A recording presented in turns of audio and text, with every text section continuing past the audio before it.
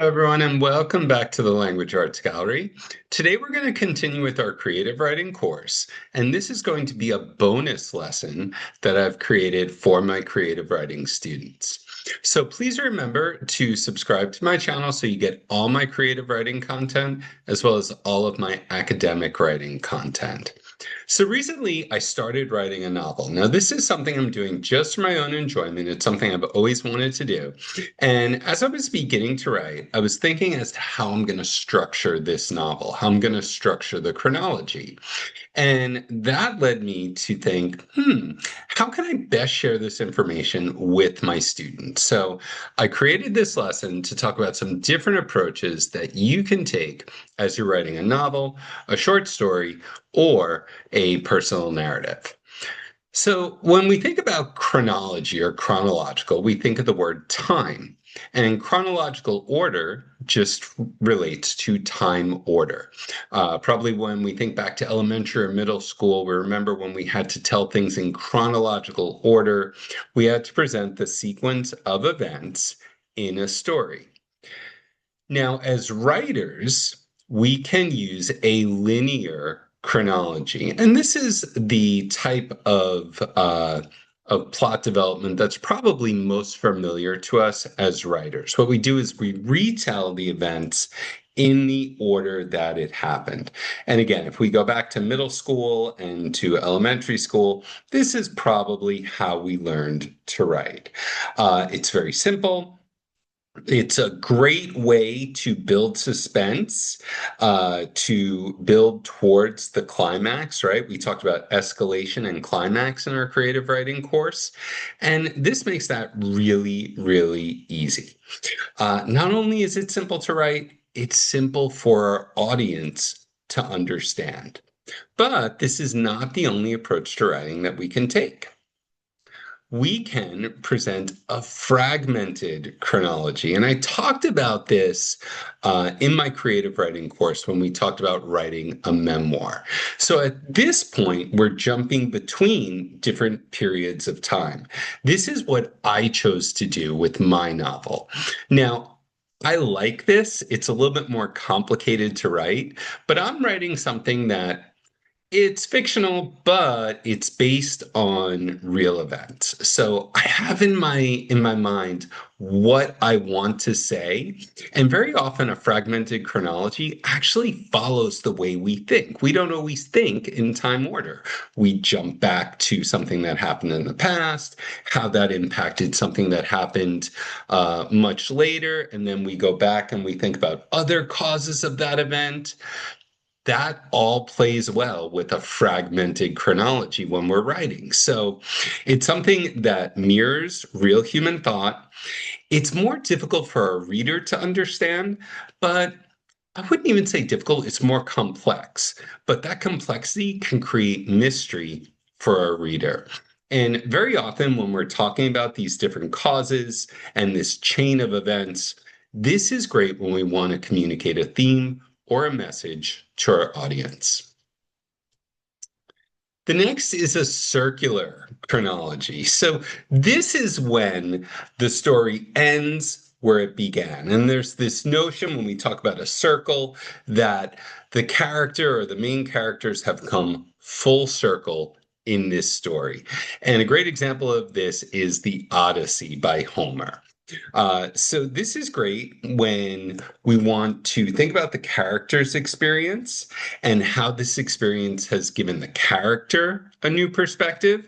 And then it allows us to reflect on how this character's experience and what they've learned might apply to our own lives.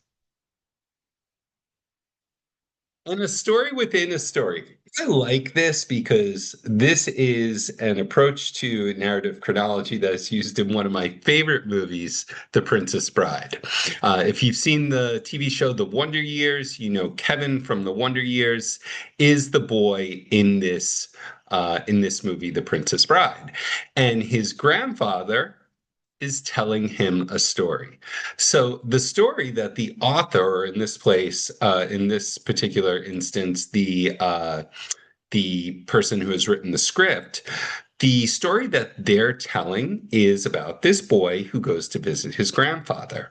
But that's not really the story. The story is the story that the grandfather tells his grandson. So as you're going through this story within a story, as a reader, you get to make some judgments. We feel as though we're invited into the story by one of the characters, but we also have to think, is this character presenting the story as it actually happened? Do I agree with the way they're presenting it, or do I have a much different view? As a writer, sometimes we want to create that contrast. Sometimes the audience knows that one character is not very good. He's an evil character, and we can see that in ways that the character is developed, like dialogue, description, or reaction to a series of events, even though the person in the story who's framing this character might be framing this character as a very good person. So as a writer, it gives you that opportunity to create a really complex narrative. And this is another one of my favorite approaches to writing, a parallel chronology.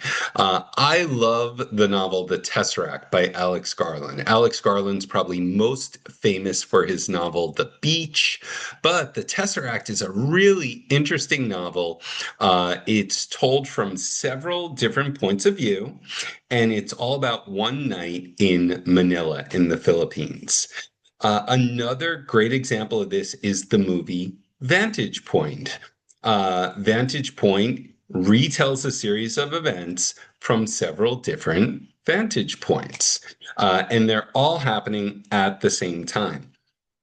So, this is really interesting because as a reader, we are exposed to multiple perspectives, right? And we can bring our own interpretation to those different perspectives. Think about which ones we agree with, which ones we disagree with. As writers, we can create that for our reader. And also, the reader gets a feeling, are these events coming together? I've already heard this from one side of, or one character in the story.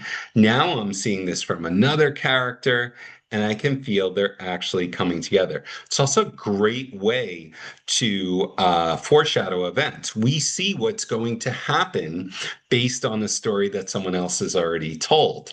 So I really, really love this approach to writing, though it is a bit more complex because we do need to line up several different stories.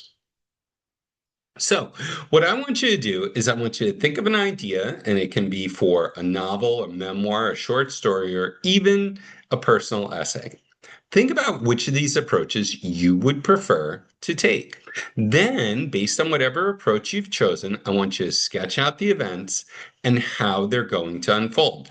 You don't need to think of the entire plot, but try to think of important events. And remember, if you choose a direct chronology, that's okay. Just because that's simplest doesn't mean that it's bad. It might fit your story very well. If you want to try something that's a little more complex, you can do that too. So thank you again so much for joining me. Please remember to subscribe to my channel, and I'll see you in our next video at the Language Arts Gallery.